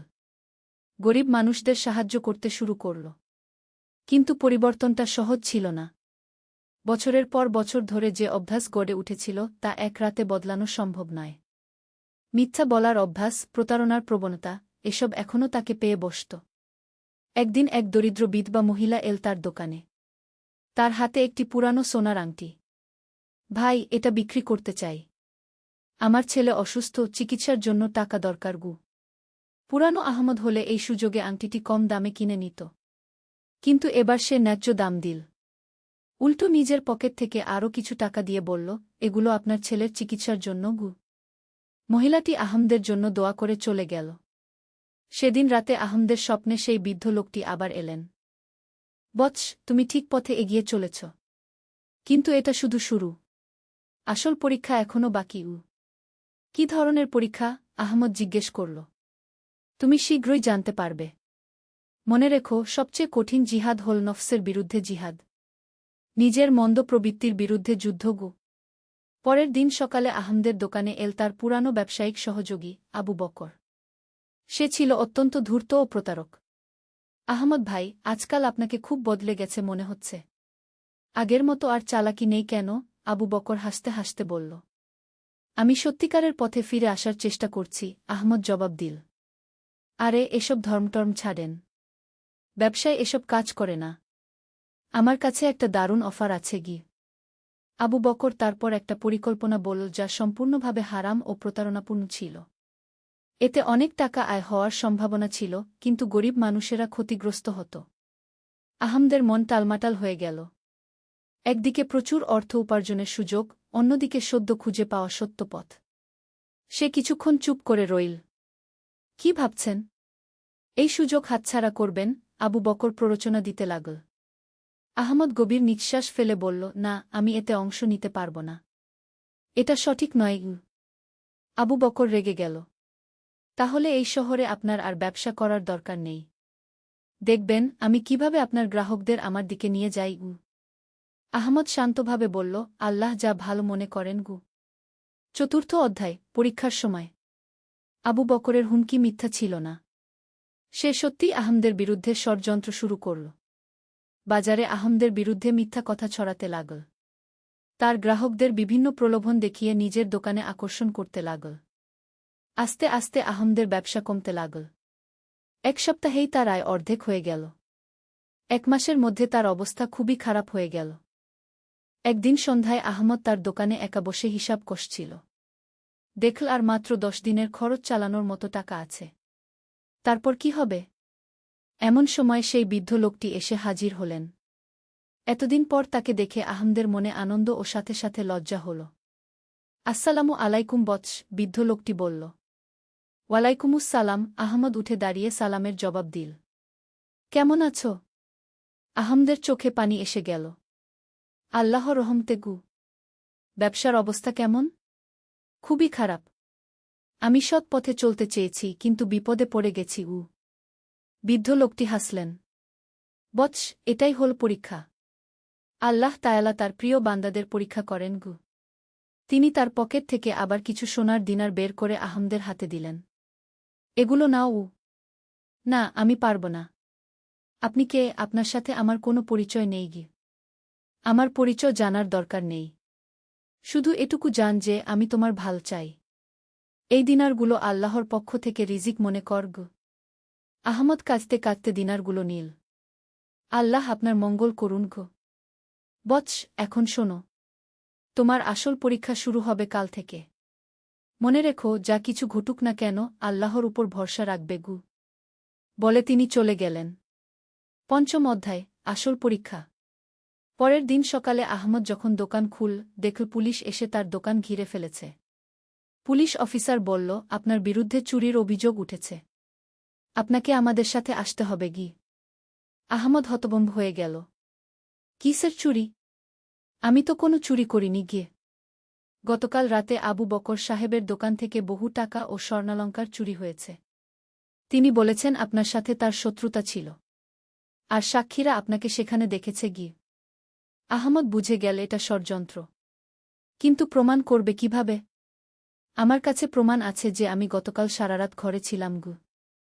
কি প্রমাণ? আহমদের কিছুই বলার ছিল না। সে একা থাকত, কোনো সাক্ষীও ছিল না। পুলিশ তাকে গ্রেফতার করে কারাগারে নিয়ে গেল। কারাগারে বসে আহমদ ভাবতে লাগল, এ কেমন পরীক্ষা! সে সৎ পথে চলতে চেয়েছে, আর তার শাস্তি হল কারাগার। রাতে কারাগারের অন্ধকার কুঠরিতে আহমদ নামাজ পড়ল। তারপর দোয়া করল, হে আল্লাহ, আমি জানি না কেন এমনটা হল, কিন্তু আপনার উপর আমার ভরসা আছে। যা কিছু করেন ভালোর জন্যই করেন। কয়েকদিন পর কোর্টে তার মামলা উঠল। আবু বকর ও তার কিছু সাক্ষী আহমদের বিরুদ্ধে মিথ্যা সাক্ষ্য দিল। আহমদের পক্ষে কোনো উকিল ছিল না, কোনো সাক্ষীও ছিল না। বিচারক শুনানি শেষে রায় দিলেন যে আহমদের 7 বছরের কারাদণ্ড। আহমদ মাথা নিচু করে রায় শুনল। তার মনে কোনো রাগ বা হতাশা ছিল না, বরং অদ্ভুত এক প্রশান্তি। কারাগারে ফেরার পথে আহমদ মনে মনে বলল, আল্লাহু আলাম। আল্লাহই ভাল জানেন। ষষ্ঠ অধ্যায় কারাগারে নূরের সন্ধান। কারাগারে আহমদের জীবন একদম বদলে গেল। সেখানে ছিল নানা ধরনের অপরাধী, চোর, ডাকাত, খুনি। প্রথম প্রথম সবাই আহমদকে নিয়ে হাসাহাসি করত। এই নতুন বন্দী, তুই কি অপরাধ করেছিস? একজন জিজ্ঞেস করল। আমি কোনো অপরাধ করিনি, আহমদ শান্তভাবে বলল। হা হা হা। সবাই তাই বলে। কারাগারে নিরপরাধ কেউ থাকে না আগে। কিন্তু আহমদ কারো সাথে ঝগড়া করল না। সে নিজের কাজে নিজে ব্যস্ত রইল। নিয়মিত নামাজ পড়ত, কুরআন তেলাওয়াত করত। কয়েকদিন পর দেখল কারাগারে একটি পুরানো কুরআন মাজিদ আছে।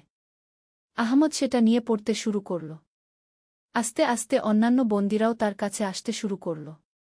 ভাই, তুমি কুরআন পড়তে পার? এক বন্দী জিজ্ঞেস করল। হ্যাঁ, আহমদ বলল। আমাদেরও শেখাবে?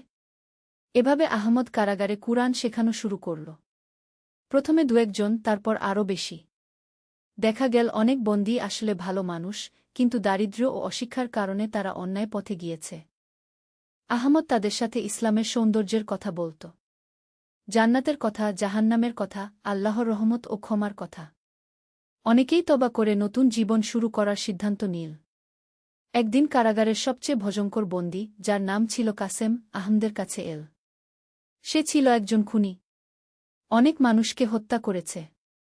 আহমদ, আমি তোকে অনেকদিন ধরে লক্ষ্য করছি। তুই সত্যিই আলাদা। তোর মুখে একটা নূর আছে কি? আল্লাহর রহমত, আহমদ বলল। আমি অনেক খারাপ কাজ করেছি। অনেক মানুষকে মেরেছি। আল্লাহ কি আমাকে ক্ষমা করবেন? আহমদের চোখে পানি এসে গেল। ভাই, আল্লাহ তাআলা বলেছেন, হে আমার বান্দারা, তোমরা যারা নিজেদের উপর অত্যাচার করেছ, আল্লাহর রহমত থেকে নিরাশ হজো না। নিশ্চয়ই আল্লাহ সমস্ত গোনাহ ক্ষমা করে দেন। কাসেম কাঁদতে শুরু করল। কিন্তু আমি তো অনেক মানুষকে মেরেছি। তাদের হক কিভাবে আদায় করব? তুমি সত্যিকারের তওবা কর। আল্লাহর কাছে ক্ষমা চাও। আর যাদের সাথে অন্যায় করেছ তাদের পরিবারের সাহায্য কর যতটুকু পারু। কাসেম সেদিন থেকে নামাজ পড়া শুরু করল। কুরআন শিখতে লাগল। তার পুরো চরিত্র বদলে গেল। সপ্তম অধ্যায় অলৌকিক মুক্তি। আহমদ কারাগারে ৩ বছর কাটাল। এই ৩ বছরে সে প্রায় পুরো কারাগারকে পরিবর্তিত করে ফেল। বেশিরভাগ বন্দী এখন নামাজি হয়ে গেছে। কারাগারে ঝগড়াবিবাদ কমে গেছে। সবাই একে অপরকে সাহায্য করে। কারাগারের জেলার সাহেবও আহমদের পরিবর্তন দেখে অবাক হয়েছিলেন। তিনি নিজেও আহমদের কাছ থেকে অনেক কিছু শিখেছেন। একদিন সকালে হঠাৎ জেলার সাহেব এসে আহমদকে বললেন, আহমদ, তোমার মুক্তির আদেশ এসেছে গিয়ে। মুক্তি? কিভাবে? আসল চোর ধরা পড়েছে। সে স্বীকার করেছে যে আবু বকর তাকে দিয়ে চুরি করিয়ে তোমার নামে মিথ্যা মামলা দিয়েছিল। তোমার বিরুদ্ধে সব অভিযোগ বাতিল। আহমদ সাজদায় পড়ে গেল। আল্লাহুম্মা লাকাল হামদু। মুক্তির দিন সব বন্দী তাকে বিদায় দিতে এল। কাসেম কাঁদতে কাঁদতে বলল, ভাই, তুমি আমার জীবন বদলে দিয়েছ। তুমি চলে গেলে আমি কি করব? তুমি এখানে থেকেই আল্লাহর পথে মানুষকে ডাকতে থাক। আমি বাইরে থেকে তোমাদের জন্য দোয়া করব। কারাগার থেকে বের হওয়ার সময় আহমদ দেখল সেই বৃদ্ধ লোকটি গেটের সামনে দাঁড়িয়ে আছেন। তাকে দেখে আহমদের অন্তর আনন্দে ভরে গেল। আসসালামু আলাইকুম, বৃদ্ধ লোকটি বলল। ওয়ালাইকুমুসসালাম। আপনি এখানে? তোমাকে নিতে এসেছি গু। নিতে? কোথায়? চল, দেখবে গু। অষ্টম অধ্যায় নতুন জীবনের শুরু। বৃদ্ধ লোকটি আহমদকে শহরের একেবারে অন্য প্রান্তে নিয়ে গেলেন।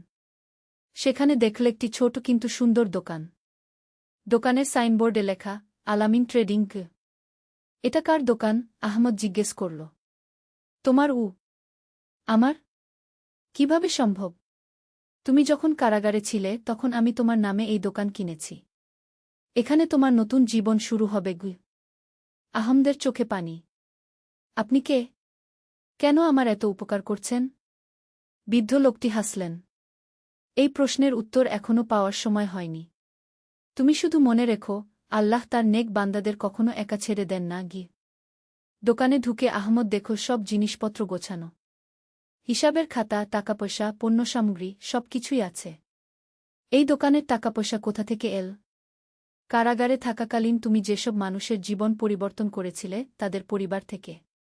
কাসেমের স্ত্রী তার স্বামীর পরিবর্তন দেখে খুশি হয়ে কিছু টাকা পাঠিয়েছে। অন্যান্যরাও পাঠিয়েছে। আর বাকিটা গু? বৃদ্ধ লোকটি থামলেন। বাকিটা? আল্লাহর পক্ষ থেকে গি। সেদিন থেকে আহমদ নতুন জীবন শুরু করল। সে সততার সাথে ব্যবসা করত। গরিব মানুষদের সাহায্য করত। প্রতিদিন দোকান বন্ধ করার আগে কিছু টাকা আলাদা করে রাখত দানখরাতের জন্য। আস্তে আস্তে তার দোকানের সুনাম ছড়িয়ে পড়ল। মানুষ জানত এখানে ন্যায্য দাম পাবে, কোনো প্রতারণা হবে না। দোকানে বরকত হতে লাগল। নবম অধ্যায়, পরিবার গঠন। আহমদ এখন 25 থেকে 28 বছরে পা দিয়েছে। তার মা তাকে বিয়ের জন্য পিডাপিডি করতে লাগলেন। বছর 3 কারাগারে কাটিয়েছিস, এখন জীবন সাজা। একটা ভালো মেয়ে দেখেছি। মেয়েটির নাম আয়েশা। বয়স 21। অত্যন্ত ধার্মিক ও চরিত্রবান। তার পিতা একজন আলেম। যখন আহমদের বিয়ের প্রস্তাব এল, আয়েশার পিতা প্রথমে চিন্তিত হলেন। আমি শুনেছি ছেলেটি কারাগারে ছিল। আহমদ নিজেই গিয়ে আয়েশার পিতার সাথে কথা বলল।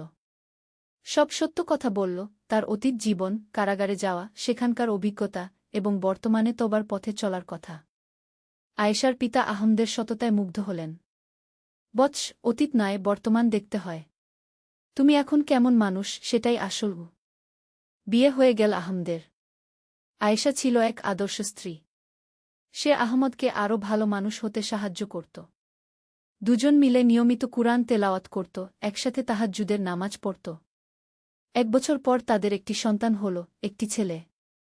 নাম রাখল ইউসুফ। ছেলেকে কোলে নিয়ে আহমদ কাঁদতে লাগল। কি হয়েছে? আয়েশা জিজ্ঞেস করল। আল্লাহ আমাকে কত কিছু দিয়েছেন। একসময় মনে হতো সব শেষ, আর আজ আহমদের গলা ভেঙে গেল। সেদিন রাতে স্বপ্নে সেই বৃদ্ধ লোকটি এলেন। তিনি বাচ্চা ইউসুফকে দেখছেন আর হাসছেন। বৎস, তুমি এখন পুরোপুরি পথ খুঁজে পেয়েছ। এই সন্তান হবে তোমার চোখের মণি। একে আল্লাহর পথে গড়ে তোলো। আপনি কি আর আসবেন না? আহমদ জিজ্ঞেস করল। আমার কাজ শেষ। তুমি এখন নিজেই পথ দেখাতে পার অন্যদের। 10ম অধ্যায়, সমাজ সেবা। ইউসুফের বয়স যখন 3 বছর, আহমদ তখন সিদ্ধান্ত নিল সমাজের জন্য আরও বেশি কিছু করার। সে তার দোকানের পাশেই একটি ছোট মক্তব স্থাপন করল। গরিব শিশুদের বিনামূল্যে কুরআন শেখাতে শুরু করল। প্রথমে 5-6টি বাচ্চা এল। আহমদ নিজে তাদের পড়াত। আস্তে আস্তে সংখ্যা বাড়তে লাগল। আয়েশাও যোগ দিল মেয়ে বাচ্চাদের পড়ানোর কাজে।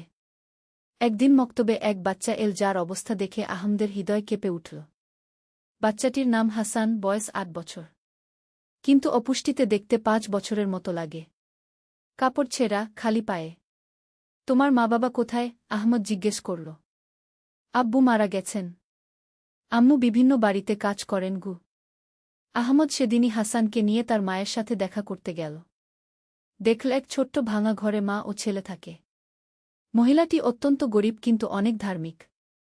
বোন, হাসানকে আমাদের মক্তবে পড়তে পাঠান।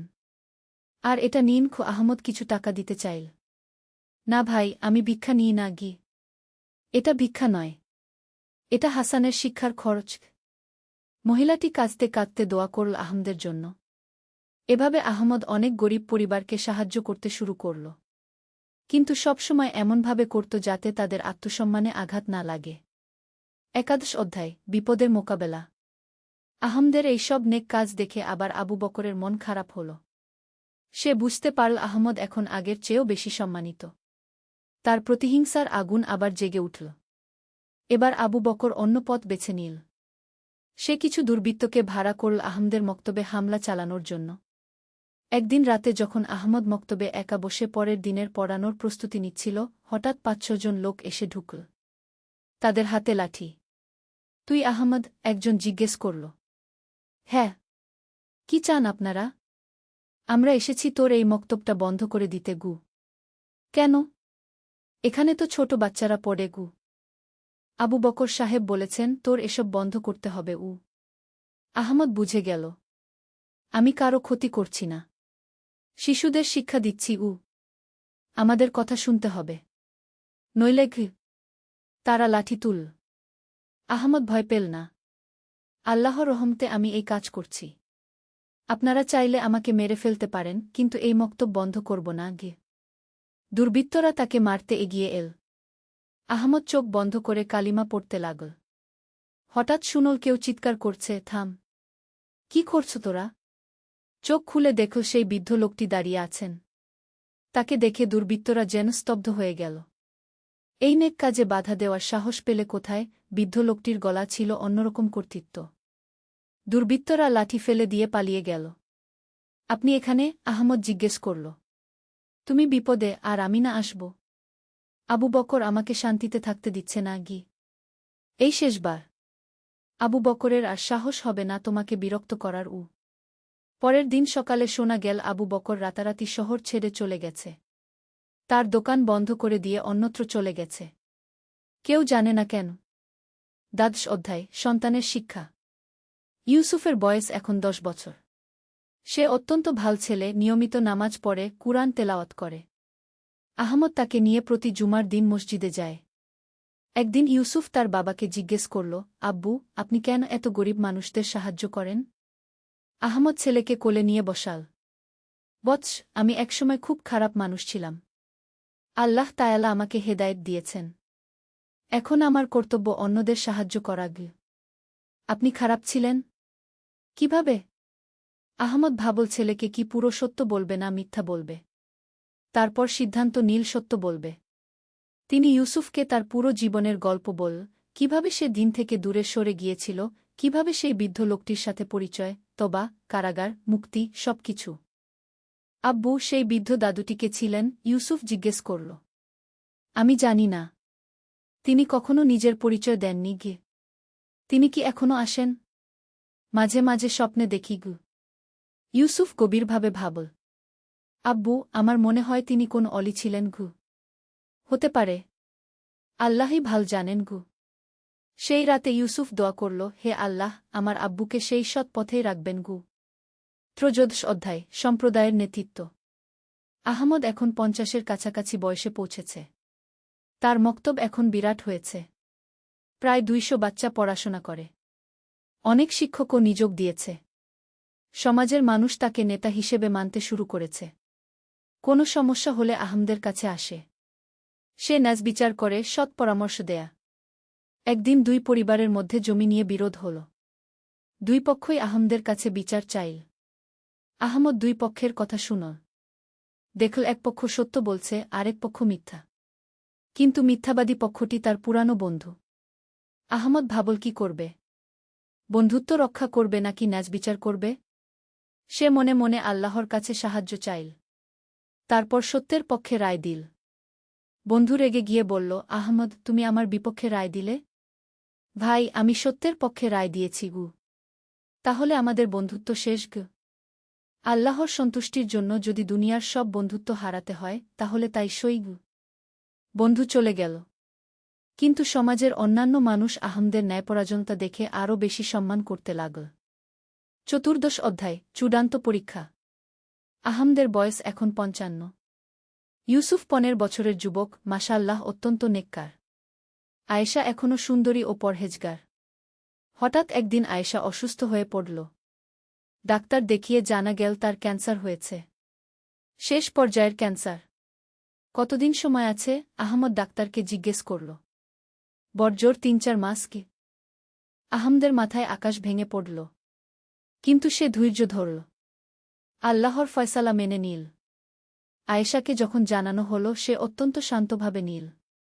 আলহামদুলিল্লাহ। আল্লাহ যা করেন ভালোর জন্যই করেন গু। পরবর্তী 4 মাস আহমদ স্ত্রীর সেবা করল। দিনরাত তার পাশে থাকল। আয়েশা কখনো কোনো অভিযোগ করল না, বরং আহমদ ও ইউসুফকে উৎসাহ দিত। আমার পরে তোমরা ভেঙে পড়ো না। আল্লাহর কাজ চালিয়ে যেও। মৃত্যুর আগের দিন রাতে আয়েশা আহমদকে বলল, আমি স্বপ্নে দেখেছি জান্নাতে তোমার জন্য অপেক্ষা করছি গু। পরের দিন ফজরের নামাজের পর আয়েশা ইন্তেকাল করল। তার শেষ কথা ছিল, লা ইলাহা ইল্লাল্লাহ গু। আহমদ কাঁদল, কিন্তু আল্লাহর ফয়সালা রাজি থাকল। জানাজার নামাজে পুরো শহরের মানুষ এল। সবাই আয়েশার নেক চরিত্রের প্রশংসা করল। পঞ্চদশ অধ্যায়, একাকিত্বের পথ। আয়েশার মৃত্যুর পর আহমদ একটু ভেঙে পড়েছিল। কিন্তু ইউসুফ তাকে সাহস দিল। আব্বু আম্মু যে কাজ। সত্যের আলো। প্রথম অধ্যায়, অন্ধকারের রাত। মক্কার পবিত্র মাটিতে এক গভীর রাতে তারকারাজি আকাশে মিটমিট করে জ্বলছিল। আবদুল্লাহ ইবনে মাসুদ মসজিদুল হারামের এক কোণে বসে কুরআন তিলাওয়াত করছিলেন। তার কণ্ঠে পবিত্র আয়াতের সুর যেন আকাশে মিশে যাচ্ছিল। সেই সময়ে মক্কায় এক যুবক বাস করত যার নাম ছিল হাকিম। তার বাবা ছিলেন একজন ধনী ব্যবসায়ী, কিন্তু হাকিমের হৃদয়ে ছিল গভীর অস্থিরতা। প্রতিদিন সে দেখত কিভাবে মানুষেরা পাথরের মূর্তির সামনে মাথা নত করে, কিন্তু তার অন্তর সেই মূর্তিগুলোকে মেনে নিতে পারত না। হাকিমের বন্ধু ছিল উমার, যে ছিল তার সমবয়সী। উমারের পরিবারও ছিল মূর্তিপূজায় বিশ্বাসী, কিন্তু সেও অনুভব করত এক ধরনের শূন্যতা। একদিন সন্ধ্যায় হাকিম ও উমার কাবা শরীফের চারপাশে হাঁটছিল। হঠাৎ তারা শুনতে পেল এক অপূর্ব সুরের আওয়াজ। সেই আওয়াজ তাদের হৃদয়কে স্পর্শ করল এমনভাবে যেন কেউ তাদের আত্মার গভীরে আলো জ্বালিয়ে দিয়েছে। এই আওয়াজটা কি? উমার জিজ্ঞেস করল। হাকিম চুপচাপ শুনতে থাকল। তারপর ধীরে ধীরে সেই আওয়াজের দিকে এগিয়ে গেল। দেখল আবদুল্লাহ ইবনে মাসুদ কুরআন তিলাওয়াত করছেন। দ্বিতীয় অধ্যায়, প্রথম পরিচয়। আবদুল্লাহ ইবনে মাসুদ তার তিলাওয়াত শেষ করে যখন তাকালেন, দেখলেন দুজন যুবক তার দিকে একদৃষ্টিতে তাকিয়ে আছে। তাদের চোখে ছিল কৌতূহল আর গভীর আগ্রহ। আসসালামু আলাইকুম বাবা, হাকিম সাহস করে বলল। ওয়া আলাইকুমুসসালাম বৎস, আবদুল্লাহ ইবনে মাসুদ মৃদু হেসে উত্তর দিলেন। তোমরা কি কিছু জানতে চাও? হ্যাঁ, উমার এগিয়ে এসে বলল। আপনি যে সুন্দর আওয়াজে যা পড়ছিলেন সেটা কি? এমন মধুর কথা আমি কখনো শুনিনি গে। আবদুল্লাহ ইবনে মাসুদ তাদের দুজনকে তার পাশে বসতে ইশারা করলেন। তারপর বললেন, এটা হলো কুরআন মজিদ, আল্লাহ তায়ালার বাণী। এটি আমাদের প্রিয় নবী মুহাম্মদ এর উপর নাজিল হয়েছে কি? আল্লাহ একজন ইলাহ? হাকিম জিজ্ঞেস করল। না বৎস, আল্লাহ হলেন একমাত্র সৃষ্টিকর্তা, যিনি সমস্ত জগতের রব। তিনি ছাড়া আর কোনো ইলাহ নেই। তিনি চিরজীবী, চিরস্থায়ী। তার কোনো শরিক নেই, কোনো সন্তান নেই গি। এই কথা শুনে হাকিম ও উমার গভীরভাবে চিন্তায় পড়ে গেল। তারা এমন কিছুর কথা শুনেছে যা তাদের হৃদয়কে প্রশান্তি দিয়েছে। তৃতীয় অধ্যায়, হৃদয়ের পরিবর্তন। পরের কয়েক সপ্তাহ হাকিম ও উমার নিয়মিত আবদুল্লাহ ইবনে মাসুদ এর কাছে যেতে থাকল। তিনি তাদের ইসলামের বিভিন্ন দিক সম্পর্কে শেখাতে লাগলেন। ইসলাম মানে কি? একদিন হাকিম জিজ্ঞেস করল। ইসলাম মানে হল আত্মসমর্পণ, আবদুল্লাহ ইবনে মাসুদ বললেন। আল্লাহর কাছে সম্পূর্ণ আত্মসমর্পণ। এর মূল ভিত্তি হল 5টি স্তম্ভগু। তিনি তাদের বুঝিয়ে দিলেন। 1. শাহাদাত, এই সাক্ষ্য দেওয়া যে আল্লাহ ছাড়া কোনো ইলাহ নেই এবং মুহাম্মদ তার রাসূল। 2. নামাজ, দিনে 5 বার আল্লাহর ইবাদত করা। 3. জাকাত, নির্ধারিত পরিমাণ সম্পদ দরিদ্রদের মধ্যে বিতরণ করা। 4. রোজা, রমজান মাসে সিয়াম পালন করা। 5. হজ, সামর্থ্য থাকলে কাবা শরীফে হজ করা। কিন্তু আমাদের পূর্বপুরুষরা তো এই পাথরের দেবতাদের পূজা করতেন, উমার সংশয় প্রকাশ করল। আবদুল্লাহ ইবনে মাসুদ ধৈর্য সহকারে বললেন, বৎস, আমাদের পিতা ইব্রাহিম এই একই প্রশ্নের সম্মুখীন হয়েছিলেন। তিনি তার সম্প্রদায়কে জিজ্ঞেস করেছিলেন, তোমরা যাদের পূজা কর, তারা কি তোমাদের কোনো উপকার করতে পারে বা ক্ষতি করতে পারে? তিনি ইব্রাহিম এর গল্প বললেন, কিভাবে তিনি মূর্তি ভেঙে ফেলেছিলেন এবং মানুষকে এক আল্লাহর দিকে ডেকেছিলেন। চতুর্থ অধ্যায়, পরীক্ষার সময়। হাকিম ও উমার যখন ইসলাম সম্পর্কে আরও জানতে শুরু করল, তখন তাদের পরিবারের লোকেরা তাদের পরিবর্তন লক্ষ্য করতে শুরু করল। হাকিমের বাবা একদিন তাকে ডেকে বললেন, বেটা, তুমি কি করছ? লোকেরা বলছে তুমি নাকি সেই মুহাম্মদের অনুসারীদের সাথে মেশাও। হাকিম সাহস করে বলল, আব্বা, আমি সত্যের সন্ধান করছি। আমি যা শিখেছি তাতে আমার মন প্রশান্তি পেয়েছে গি। কি শিখেছ তুমি? তার বাবা রাগের সাথে জিজ্ঞেস করলেন। হাকিম তার বাবাকে বোঝানোর চেষ্টা করল। সে বলল, আব্বা, আপনি যে পাথরের মূর্তিগুলোর পূজা করেন, সেগুলো কি আপনার কোনো উপকার করতে পারে? আপনি যখন বিপদে পড়েন, তারা কি আপনাকে সাহায্য করে? তার বাবা চুপ হয়ে গেলেন। তারপর বললেন, এগুলো আমাদের পূর্বপুরুষদের ধর্মখ। কিন্তু আব্বা, সত্য কি পূর্বপুরুষদের কারণে বদলে যায়? যা সত্য তা সবসময় সত্যও। পঞ্চম অধ্যায়, ঈমানের পথে। একদিন আবদুল্লাহ ইবনে মাসুদ হাকিম ও উমারকে রাসূলুল্লাহ এর জীবনের ঘটনা বললেন। আমাদের প্রিয় নবী হেরা গুহায় ধ্যানমগ্ন অবস্থায় থাকতেন। সেখানে জিব্রাইল তার কাছে এসে বললেন, পর তোমার রবের নামে যিনি সৃষ্টি করেছেন। তিনি বর্ণনা করলেন কিভাবে নবী প্রথমে ভয় পেয়েছিলেন, কিন্তু তারপর আল্লাহর বাণী প্রচার করা শুরু করেছিলেন। রাসূলুল্লাহ বলেছেন, আবদুল্লাহ ইবনে মাসুদ বললেন, আমি তোমাদের কাছে এমন কিছু নিয়ে এসেছি যা তোমাদের দুনিয়া ও আখিরাত উভয়ের জন্য কল্যাণকর। হাকিম জিজ্ঞেস করল, আখিরাত মানে কি? আখিরাত হল পরকাল। এই জীবনের পরে আরেকটি জীবন আছে যেখানে আমাদের সব কাজের হিসাব দিতে হবে। যারা ভালো কাজ করবে তারা জান্নাতে যাবে, আর যারা খারাপ কাজ করবে তারা জাহান্নামে যাবে। উমার বলল, কিন্তু কিভাবে আমরা ভালো কাজ করব? আবদুল্লাহ ইবনে মাসুদ তাদের বুঝিয়ে দিলেন ইসলামের নৈতিক শিক্ষা। তিনি বললেন, আল্লাহ তাআলা আমাদের শিখিয়েছেন সততা, ন্যায়বিচার, দয়া, ক্ষমা ও সহানুভূতি। তিনি আমাদের বলেছেন মিথ্যা বলতে, চুরি করতে, ব্যভিচার করতে, মদ খেতে নিষেধ করেছেন। ষষ্ঠ অধ্যায়, সিদ্ধান্তের মুহূর্ত। দিনে দিনে হাকিম ও উমার ইসলামের সৌন্দর্য উপলব্ধি করতে থাকল। তারা দেখল কিভাবে মুসলমানরা একে অপরের সাথে ভ্রাতৃত্বের সম্পর্ক রাখে, কিভাবে তারা দরিদ্রদের সাহায্য করে, কিভাবে তারা সত্য কথা বলে। একদিন রাতে হাকিম তার ঘরে একা বসে চিন্তা করছিল। তার মনে অনেক প্রশ্ন আসছিল। এই যে পাথরের মূর্তি, এগুলো কি সত্যিই কোনো শক্তি রাখে? আমি যখন বিপদে পড়ি, কেন এরা আমাকে সাহায্য করে না? কিন্তু যখন আমি আল্লাহর নাম স্মরণ করি, তখন কেন আমার মন শান্তি পায়? সেই রাতে সে একটি স্বপ্ন দেখল। স্বপনে সে দেখল সে একটি অন্ধকার পথে হাঁটছে। হঠাৎ একটি উজ্জ্বল আলো তার সামনে এল।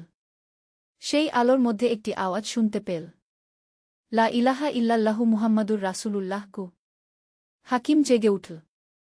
তার হৃদয় পূর্ণ হয়ে গিয়েছিল এক অদ্ভুত প্রশান্তিতে। সে বুঝতে পারল এটাই তার জীবনের সঠিক পথ। সপ্তম অধ্যায়, ইসলাম গ্রহণ।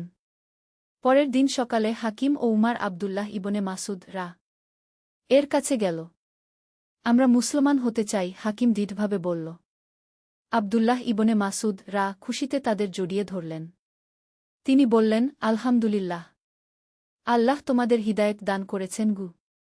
তিনি তাদের শাহাদাত পড়িয়ে দিলেন। আশহাদু আল্লা ইলাহা ইল্লাল্লাহু ওয়া আশহাদু আন্না মুহাম্মাদান রাসূলুল্লাহ। আমি সাক্ষ্য দিচ্ছি যে আল্লাহ ছাড়া কোনো ইলাহ নেই এবং মুহাম্মদ আল্লাহর রাসূল।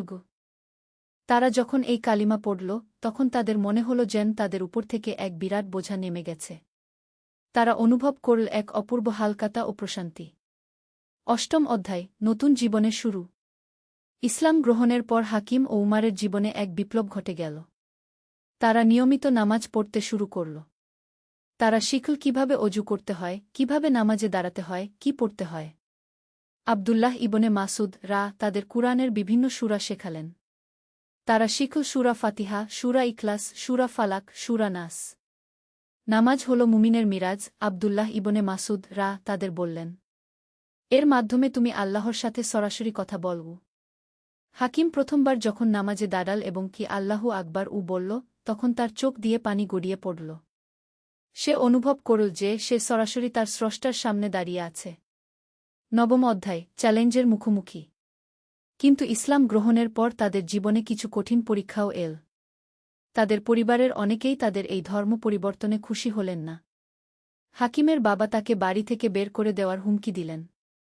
তুমি যদি এই নতুন ধর্ম ত্যাগ না কর, তাহলে তুমি আর আমার ছেলে নও। হাকিম ধৈর্য সহকারে তার বাবাকে বোঝানোর চেষ্টা করল। আব্বা, আমি আপনাকে অসম্মান করিনি। আমি শুধু আল্লাহর আনুগত্য করছি।